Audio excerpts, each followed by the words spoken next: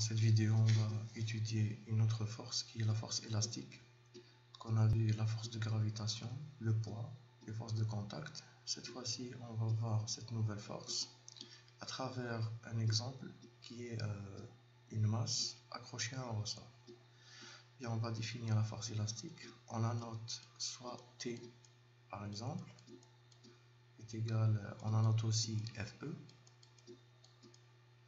qui est égal à moins K fois X.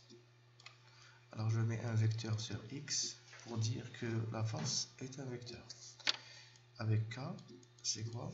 C'est la constante de raideur du ressort. Donc constante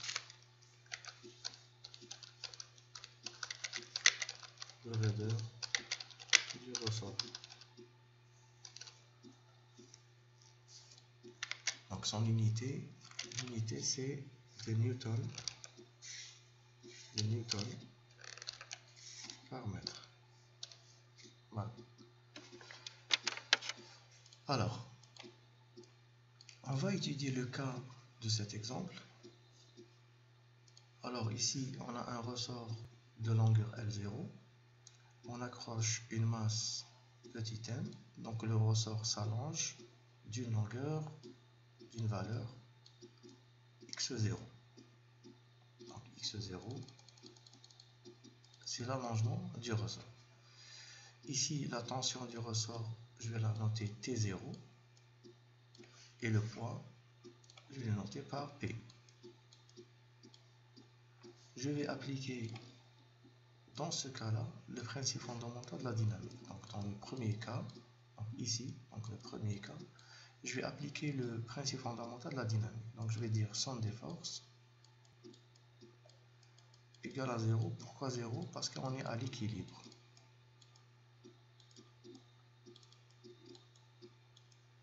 Alors, je vais dire que P plus T égale à 0.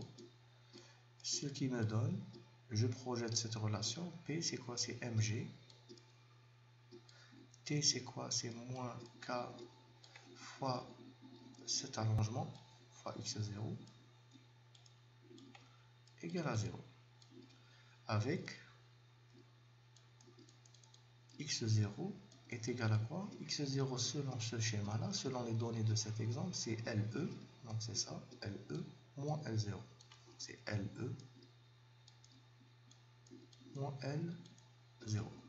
Donc j'obtiens une première équation qui est celle-là. Donc c'est une équation d'équilibre. Alors dans le deuxième cas, ici, ça se passe comment? On tire le ressort vers le bas, donc on jette le ressort vers le bas, et on le lâche sans vitesse initiale. Qu'est-ce qu'il va faire? Il va faire un mouvement de va et de vient autour de la position d'équilibre. Donc il va يطلع حتى الموان xm يهبط على 0 jusqu'à xm plusieurs fois. Donc c'est حركة جيبية, donc c'est un mouvement oscillatoire. Donc on va appliquer le principe fondamental, la dynamique ici. Donc le corps sera soumis uniquement à son poids et à la tension T. Cette fois-ci, ما نسميهاش T0, نسميها T. Puisqu'il y a mouvement, la somme des forces est égale à MA. Parce qu'on a haraka. Donc on a un mouvement. Donc cette relation va me donner quoi? Mg. Alors je vais l'écrire ici. Donc j'aurai Mg moins K. De combien de ressorts s'est-il allongé? Alors on va voir de combien s'est-il allongé. Donc ici, si j'appelle ça X, je vais la dessiner correctement. Donc si j'appelle ça X, l'allongement du ressort par rapport à la position d'équilibre. Donc ici, le ressort s'est allongé de tout ça. D'accord? Cette longueur-là vaut combien? X plus x0. Donc fois kx plus x0 est égal à MA.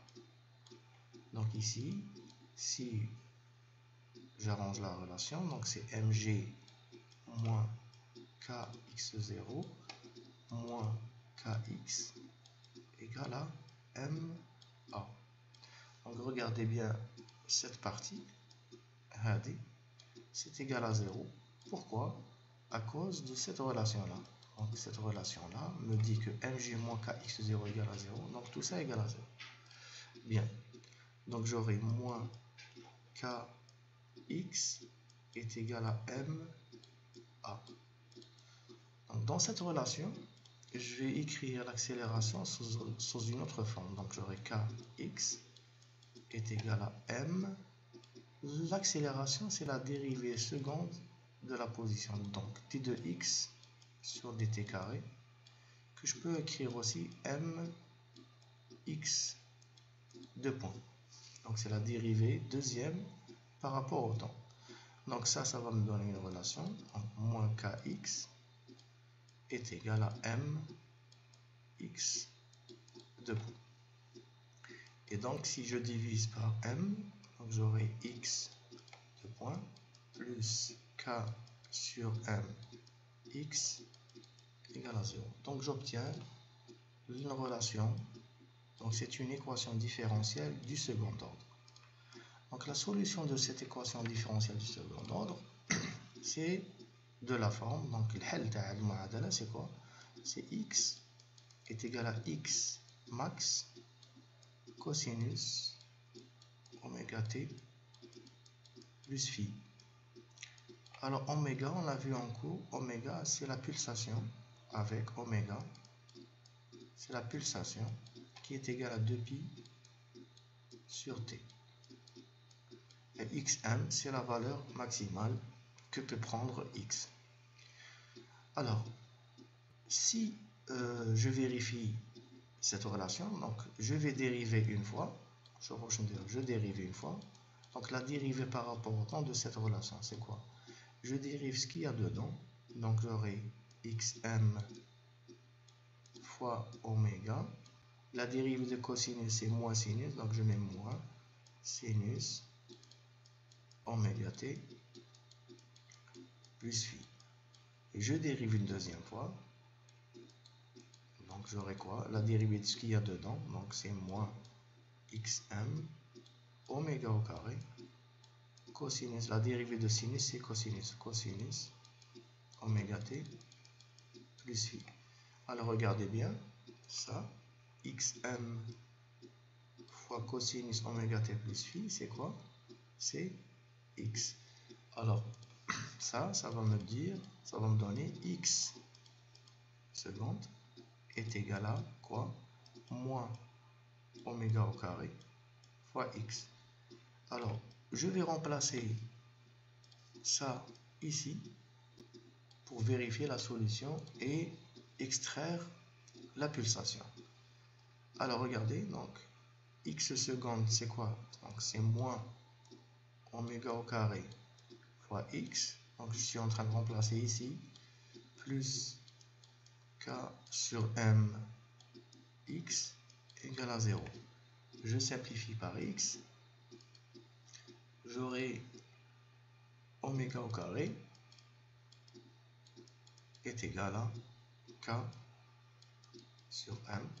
Donc ce qui va me dire oméga est égal à racine de k sur m. Bien. Puisque oméga est égal à 2pi sur t, donc oméga est égal à 2pi sur t, qui est égal à racine de k sur m.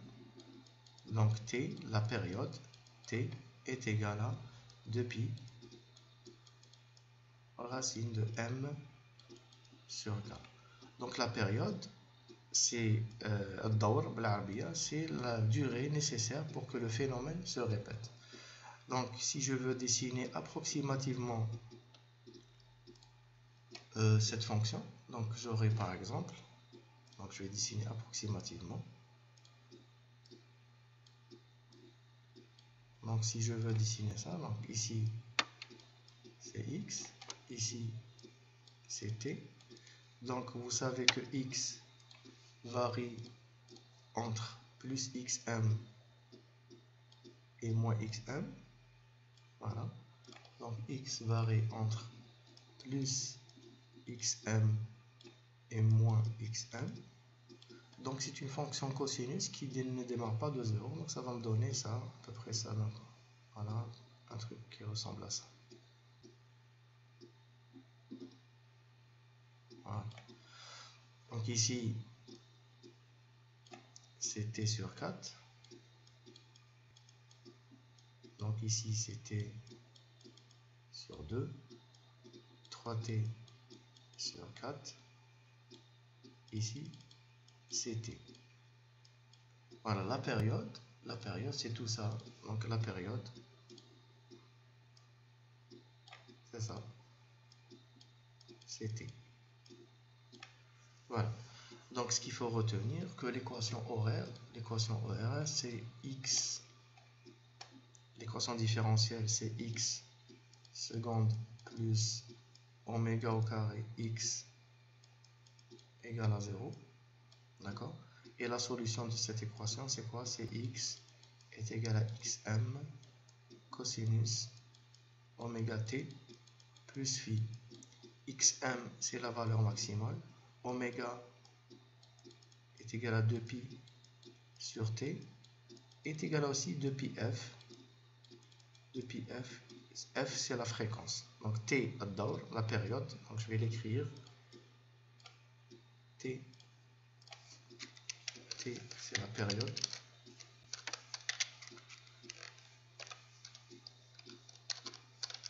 L'unité c'est des secondes.